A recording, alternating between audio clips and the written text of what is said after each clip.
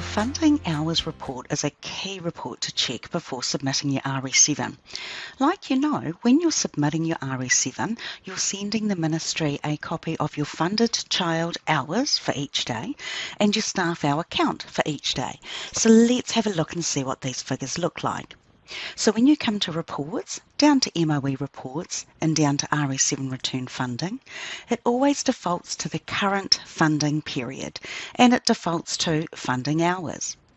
Now when we click print, what we get is a table of all of our funded child hours and staff hour count day by day for the whole funding period. You might notice here too that cells highlighted in orange indicate missing information.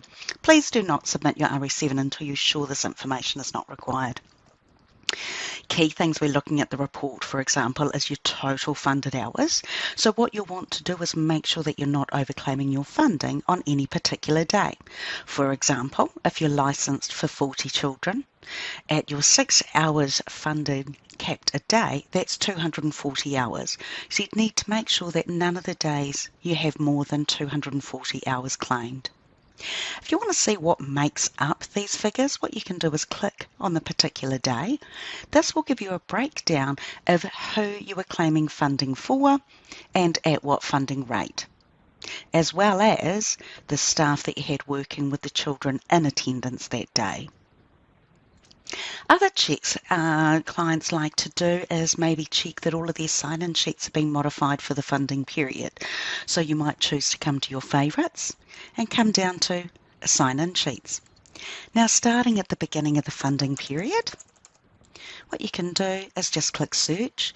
Now what we're looking at is to see when sign-in sheets were modified. So bearing in mind we are in a demonstration site, so these sign-in sheets haven't been modified. And what you can do is just go next week to look for the modifications. The other thing to be on the lookout for is to make sure that you don't have any child daily sign-in sheets for statutory holidays. So if you do have any of those, what you can do is just select to delete the sign-in sheets for any statutory holiday. So like I mentioned, you can just carry on through. Another thing flashing here is the view ratios, indicating that this centre was out of ratio on this particular day. Once you've checked that your sign-in sheets have been modified, another really important check is to come to Reports, come down to Staff Reports, and then come down to Teacher Forecast. Once again, making the date 1st of June 2023, and we can have a look at 16 weeks ahead. Might not quite cover the whole funding period, but this is a way to capture a lot of information in a short space of time. When we click print, what you can see is that you've got your sign-in sheets in 15-minute increments across the day to look to make sure that there's no areas where you're out of ratio. That's just a public holiday where we do have a staff timesheet to export payroll information. Staff timesheets aren't required on statutory holidays unless you use them for payroll purposes. We can see there that we're out of ratio for that half an hour period.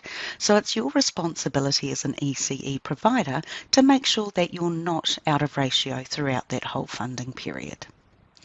Now what we noticed too was that we did have an issue with our funding hours report. I need to see where that issue is.